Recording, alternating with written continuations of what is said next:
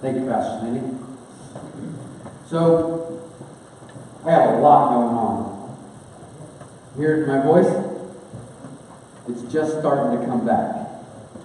Yesterday, I was curious if I was going to be able to talk today at all. And this morning, I gave serious consideration to telling Pastor Mike that the notes were there, everything was prepared, good luck. But that just didn't feel right. I don't think it feels right to you. This is the first he's hearing that I considered that. So there's probably a big news flash running across his face right now as he figures out that could possibly happen one day. So we've been working through this verse in Romans chapter 12, verses 1 and 2. And for the last, I think this is week number 6 of the Surrender series.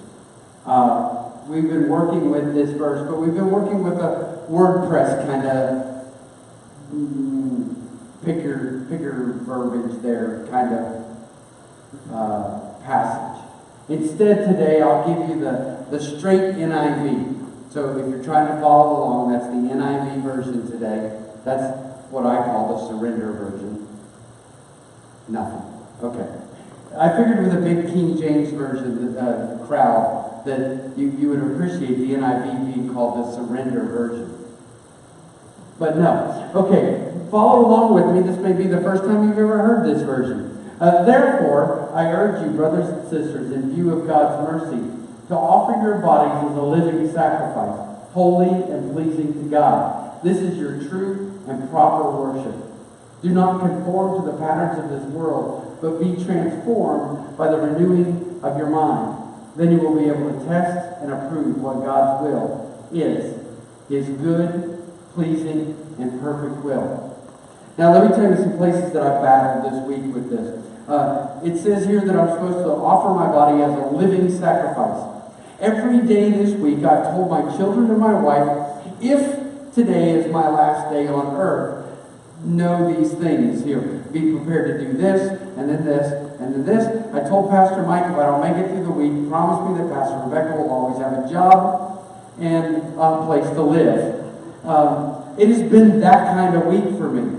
If you notice that it's a little bit cooler this week in here, it's because I turned the air way down. There's a reason for it. At 74 degrees, I found this to be true this week, I began to cough and sound like a seal. If I do get hot, you'll get to hear that, and you'll wonder, is he going to die right here on the stage for us today? This is why I asked these questions. So I asked the question of God this week, am I going to be a living sacrifice or a deceased sacrifice this week? Because when you have a sinus infection that goes into your eyes, that causes you to not be able to see, it's concerning. And then when that becomes a trip and a cough, and a horrible, horrible, horrible cough that keeps you awake, and let's be honest, it kept the whole house awake. Because it was one of those deep, dry, I don't think he's going to make it kind of coughs. Relationships have to be built on so much more than that. See, about the same time that Pastor Mike and I began our friendship walk, I started to have a friendship walk with someone else. And over the years of me telling the truth to both of these men at the same time and in the same way, Mike has followed along and seen what I was telling him was truth. Even if it was 5 a.m. in the morning and he wanted to go to sleep, he still knew it was truth, and he was willing to listen to it. Not truth he wanted to hear, but knew it was truth. They're able to identify. This other person, unable to identify truth and grab onto it. That relationship has gone by the side. I still get a text message from that person about every 90 days, but that's about as far as our relationship goes. It's fizzled, and it's basically dead. See, I would say that each of you would be able to grab at least a relationship on each side of that. Someone that you poured life into that has followed along and seen truth and been changed by it, and someone who has been unwilling to embrace truth. Now, I'm going to trick you with that word truth because we all have our own definition of what truth is. It's 2018. You can have your own version of truth, and you can be whatever you want to be. I heard someone this week that said they've decided they want to be a unicorn, and they're wearing a unicorn head the rest of their life. You laugh, that's a real thing. That's a real thing. Someone decided this week they're going to be a unicorn. I obviously had the question, are you going to be a boy or a girl unicorn? I mean, the species may... Never mind. Not as ready to laugh at that part of it. Okay. So, I want to walk you through a little bit further in Romans chapter 12. So if you follow along with me, I want to hit, I think I'm going to go 6 or 8 verses into here. Starting at verse 3. For by the grace given me, I say to every one of you, do not think of yourself more highly than you ought, but rather think of yourself with sober judgment in accordance with the faith God has distributed to each one of you. For just as each of us has one body with many members, and these members do not all have the same function, so in Christ, we, though many, form one body, and each member belongs to all the others. We have different gifts according to the grace given to each of us. If your gift is prophecy, then prophesy in accordance with your faith. If it is serving, then serve. If it's teaching, then teach. If it is to encourage, then give encouragement. If it is giving, then give generously. If it is to lead, do it diligently. If it is to show mercy, do it cheerfully. This is the basis of true surrender. I think I hit something over here. I'm going to walk away from it because I'm going to let that simmer. In other words, we need to see ourselves as we actually are. Not have this false idea of who we think we are, or who we wish we could be, or what we most desire to be, but instead to look in the mirror and see ourselves as God sees us and be that. Be that. It's laid out plainly in Scripture for us that if you have these gifts, then do these things. It's not a mystery to be solved. If you have the ability to teach, it says, be a monkey. Isn't that what it says? No, it said teach. It says, if you have the ability to lead, do so diligently. Don't fall apart when it gets tough. Find out what you are and be it. One of the armed forces, and I'm drawing a blank on which one, used to have a commercial on that said, "Be all you can be." Figured somebody was going to help me with that, right? Army. Okay, so the Army had when Sandy cuts it, I'm going to hope that Pastor Sandy, you got me, cut that part where I didn't know. So the Army had this slogan that said, "Be all you can be." What they meant was, when you sign up, we're going to tell you what you're going to be, and that's what you're going to be. You're going to be that until the day you leave here. If you're this, you're going to be that. Well, they don't tell you that, because nobody would do it. But instead, we join the ranks with Christ. We join side by side with each other as members of one body, and we know what we're supposed to be. We come in, we have our assignments in the back, we volunteered for what we're going to do, and then we realize that we don't want to hand out bulletins today, we want to make coffee. And we go make coffee instead. And now nobody's handing out bulletins. Be what we're supposed to be, right? We have the things that we've said that we are, so we're going to be them.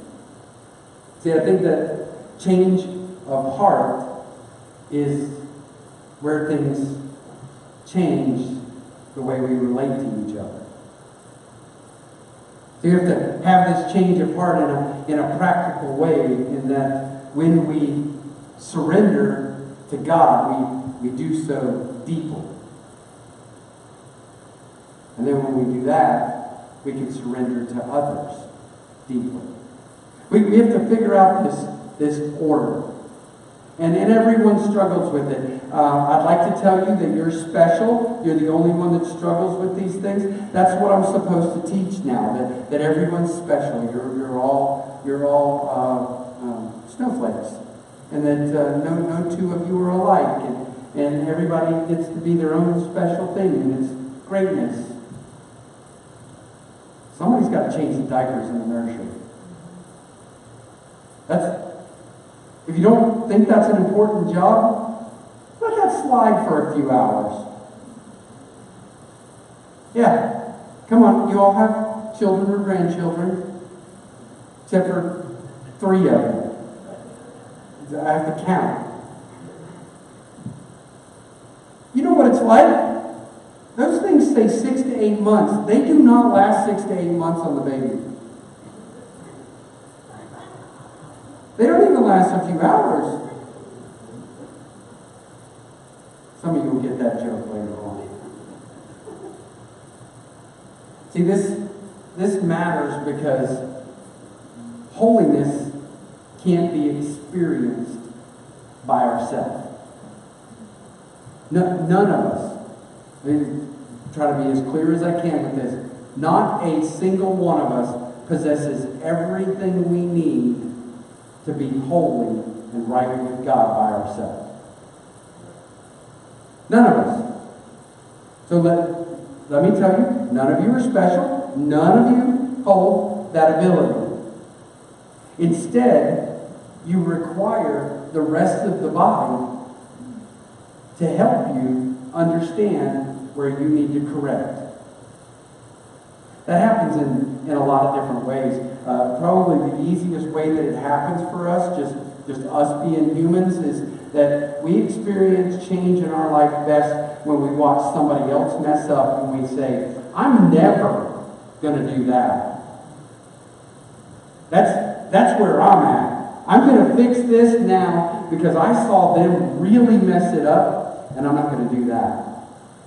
Now, there's a few of us that, and I'll say us because this is the category I fit in, that I will plow along and say they made a mistake because they didn't know what they were doing, and I'm going to get it all done and get it all right, and then it's not until I get knocked to the floor that I'm willing to look up and look around and see, okay, wait a minute, maybe I could have used some help. And then I start asking people, how can I help you do this better? Here's what I've learned. If I get around people who are experts in what I'm trying to do and help them, like truly help them, just work beside them and be whatever they need me to be, that's when I learn the best.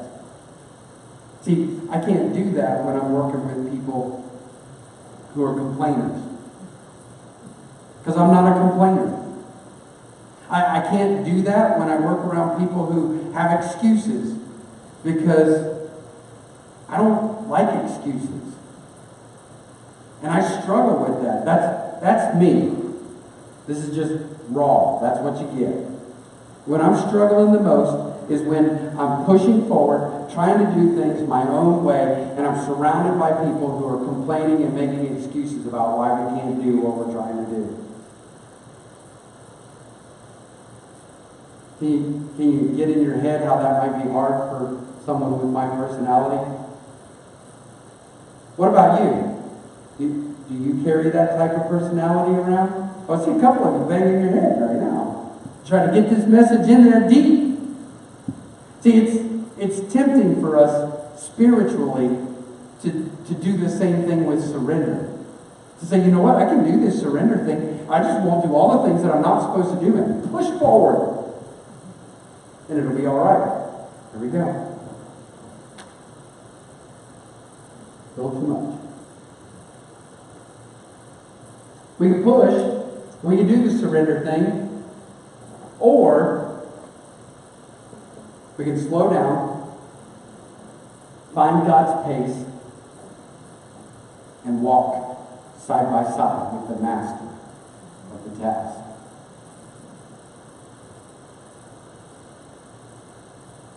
See, there's a gap that we don't see.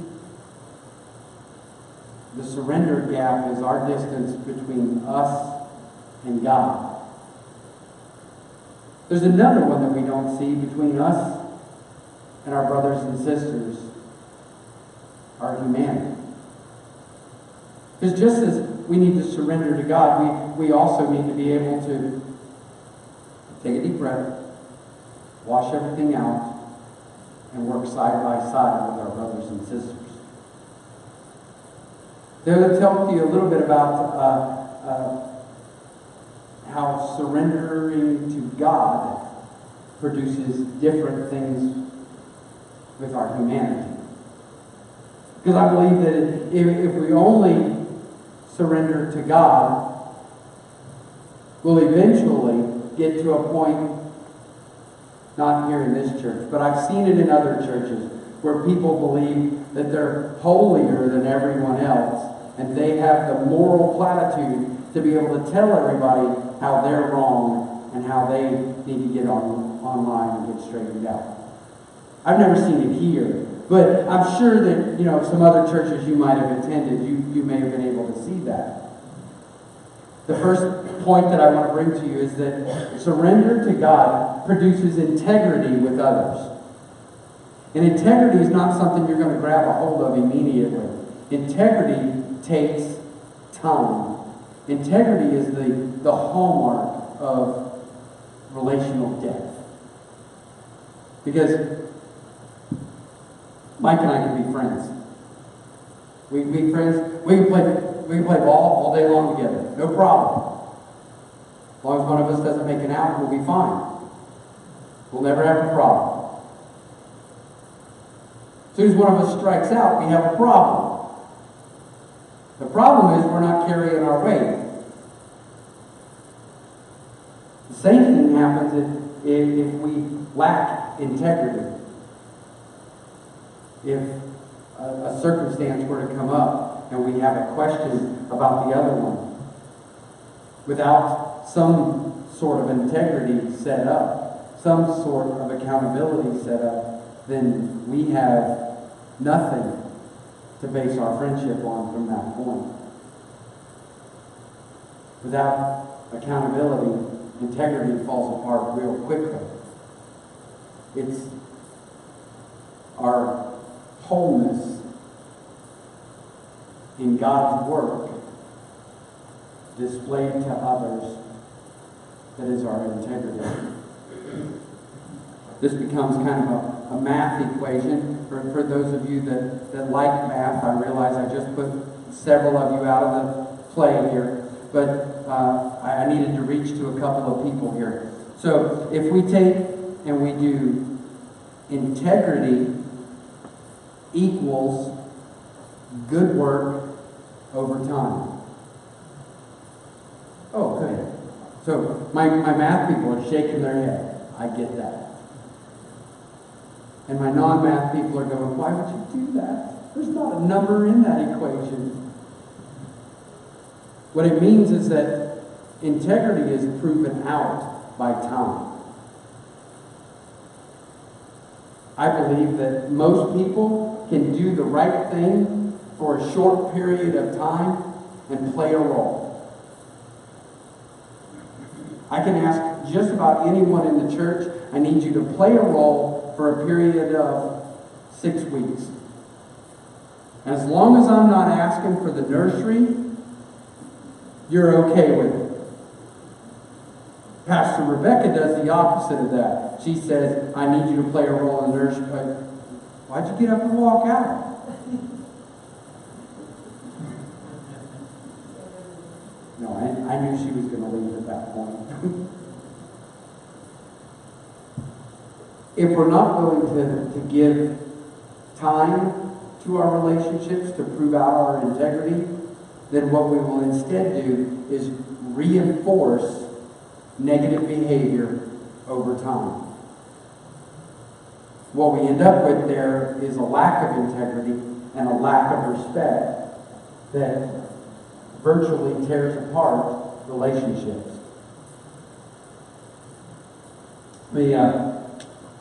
I was glad she was going to be out of the room for this part. I know she'll watch it back on video later today. And I'll tell it later, it'll be okay. Husbands, if you lack integrity in your marriage, it will decline. If you decide that, you know what, it's been a long time since I felt the fresh and newness of relationship, maybe someone else would like to have a fresh relationship with me. You'll lose not only integrity, you'll lose everything. The same is true with our friendships. If we lose our integrity, we really have lost everything. And if we lose our PowerPoint, we quickly lose everything. It's important for us to identify the roadblocks in our integrity. I'm much more comfortable saying that there's roadblocks to integrity than to say that there's excuses not to have integrity. It's okay if you have a roadblock to integrity. You just got to figure it out. Got to see it for what it is and understand that if it's not changed, if you don't get around that roadblock, it's going to continue to cause a problem. And that problem is going to cause you to get where you don't want to go.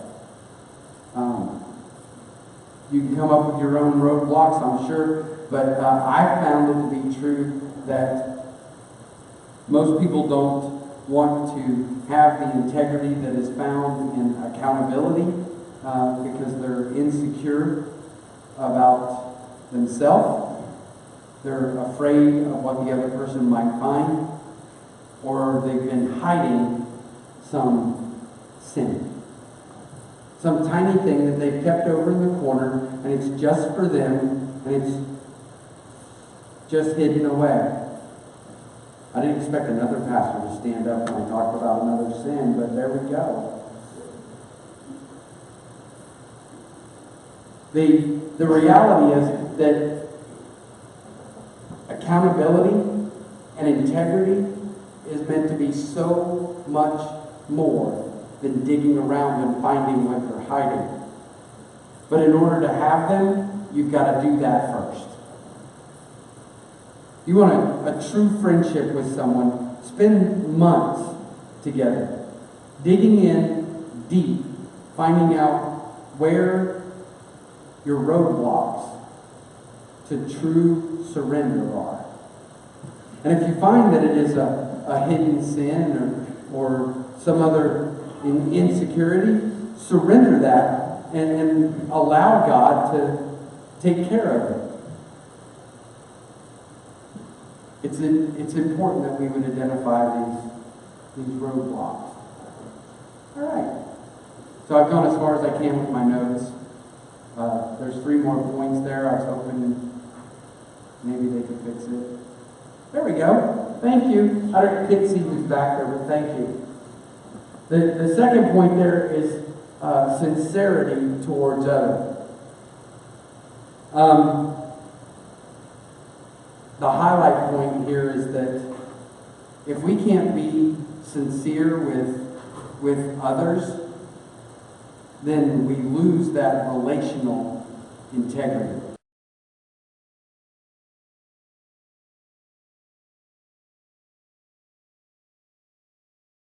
Sincerity, honesty is a hallmark to relational depth. It's the result of a thorough self-examination to really know yourself.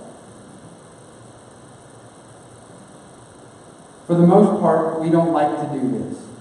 This is anti-cultural because it's a lot easier to have someone else figure it out or to decide in ourselves that we are perfect, we are unique, we are better than everyone else, or whatever else. That seems easier.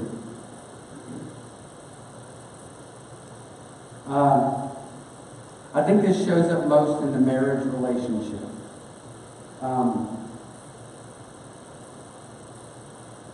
In the beginning of the relationship, love truly is blind. You can't see the other's faults. As time goes on, you can see the faults. They're very plain. As husband and wife, it's easy to say, right here, I can pick this spot, and every single time that I have something that I want to say, I can come back to this spot, and this spot gives me the ability to stand on a moral high ground and say, at least I didn't do that.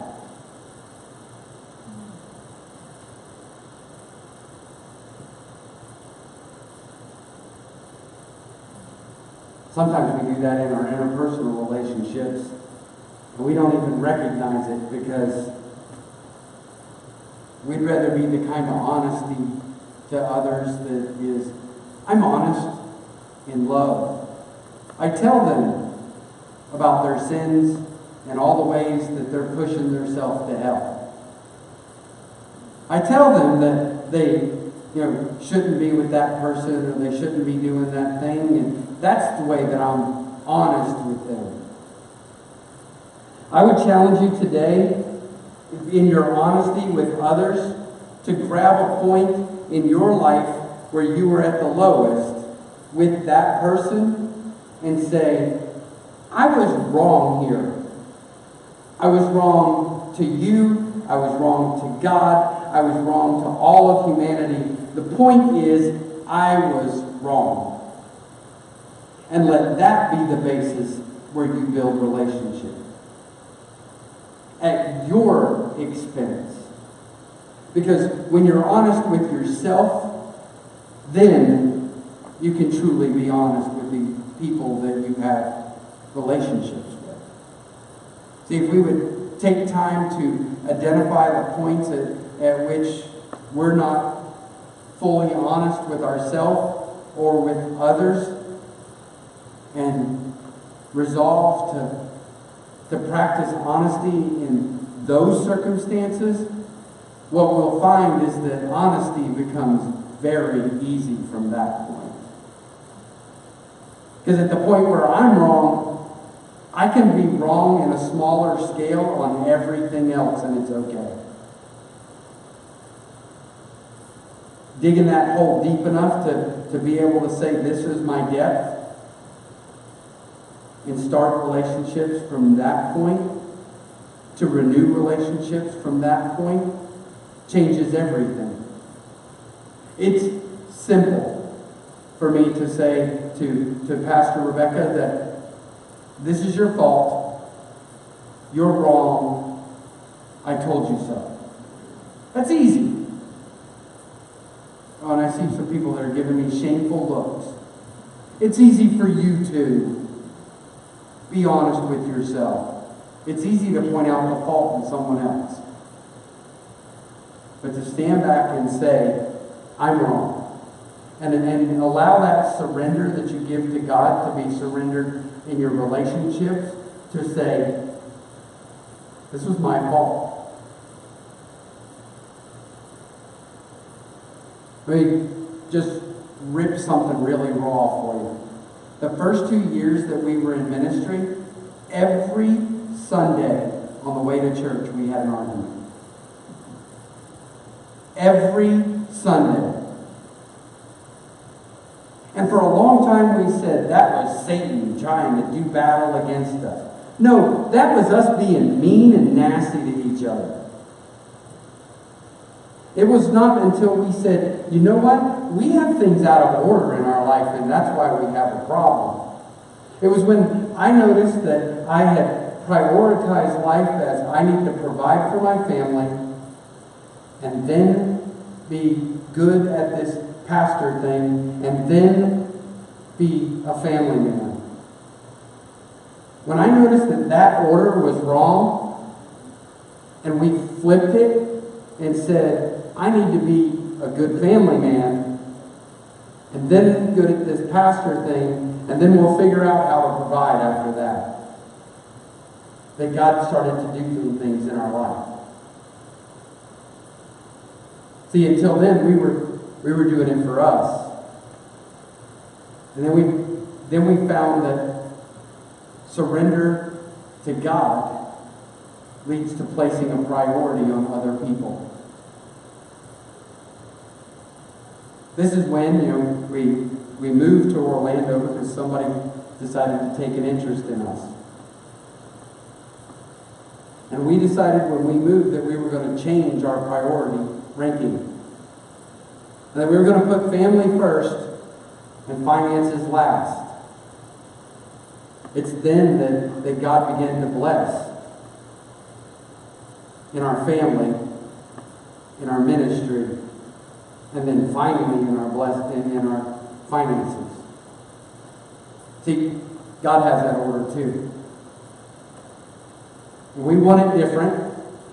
It's safe for us all to say that. You can shake your head. We all want it different. We would love for God to bless our finances first. But that's not how it works. There's an order for a reason. We have to put priority into others before us. If I'm looking out for me, I will never be satisfied. If I'm looking out for others, I will never give enough away.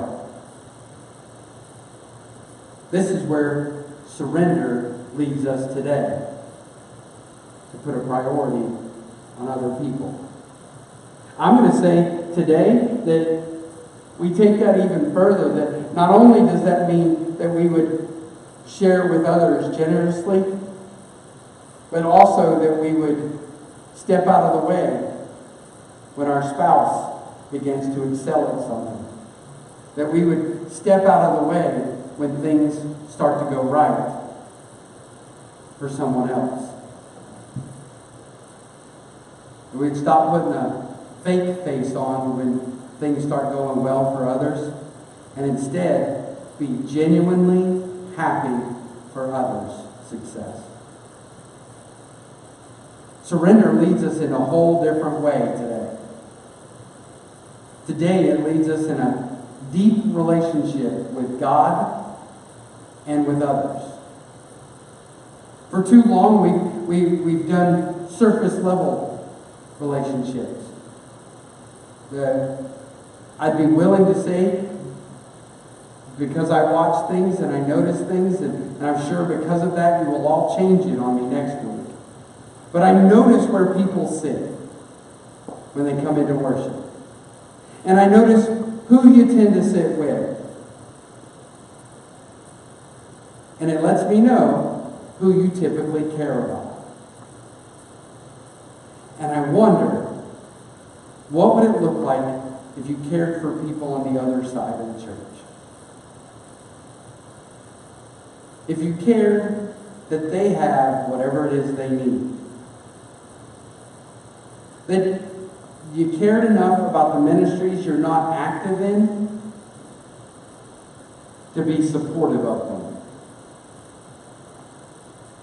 That you would do whatever it takes to build the kingdom of God.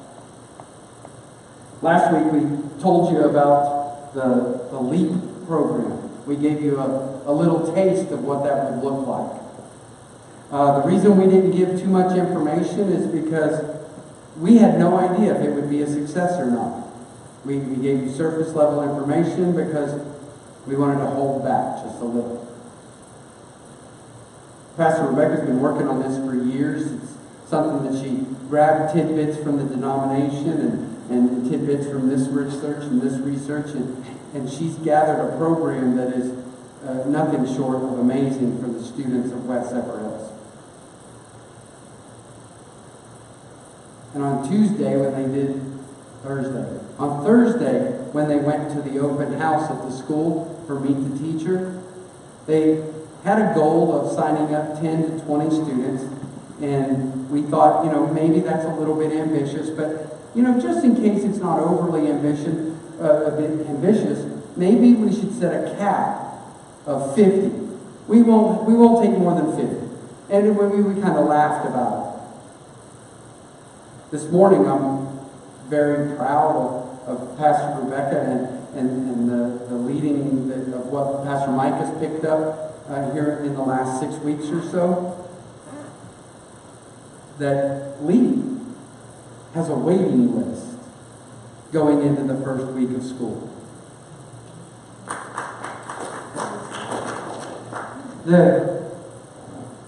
When we start talking about caring about other ministries, LEAP is one we got to care about. It's an opportunity that we've been given with no restrictions. We're going in as a church to the public school to care. To care. I wonder if all of our relationships look like that, if we might have wait lists on everything that we do. Wouldn't it be fun to tell people, sorry, you have to go to the other side of the church. We've got no more room in here for you. We love you, and we wish you could stay for this service, but you'll have to just catch the next one because there's no more room here. Sorry, you're 10 minutes late. You're 20 minutes behind getting a seat. Wouldn't that be fun? See, when we prioritize our relationships based on attractiveness or desirability, we miss prioritizing them based on love. But I don't even know if there's 2 or 3 or 8 people behind me getting ready to walk out. But I think it's time for the church to identify relationships in our lives that we'd like to give a higher priority. See, we have the power to move people up in our priority list. And we show that out by making changes in our life and how we address them. Today I would encourage you that if you're ready to take a next step in surrender, that you would take that time today to consider how your life would have been different if the relationships of your past had been given priority. And then don't give yourself trouble over the past. The past is the past for a reason. It's gone. But don't make the same mistakes in the future. Give the proper prioritization to the relationships in your life today. So that 5 years from now, when you look, you can see that you were even more open and honest with others.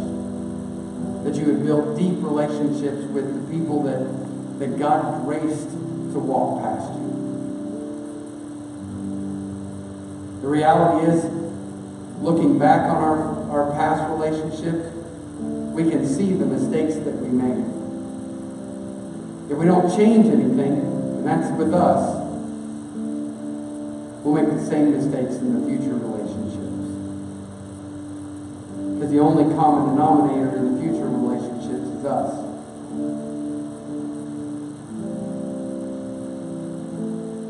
Would you pray with me? Lord, today we come to you seeking truly deep relationships with you and with the people that you put in front of us. Lord, we ask that you would allow us to have the courage to be bold enough to go with your blessing. To go where you send us, to do what you told us to do, to love those you told us to love.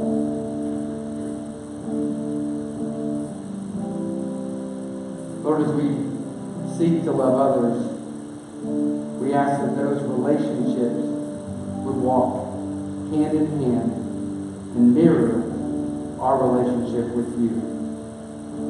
That our relationship with you would be so deep that it can't be shaken, that it can't be toppled over, that it can't be moved. Lord, we ask all of this in Jesus' name.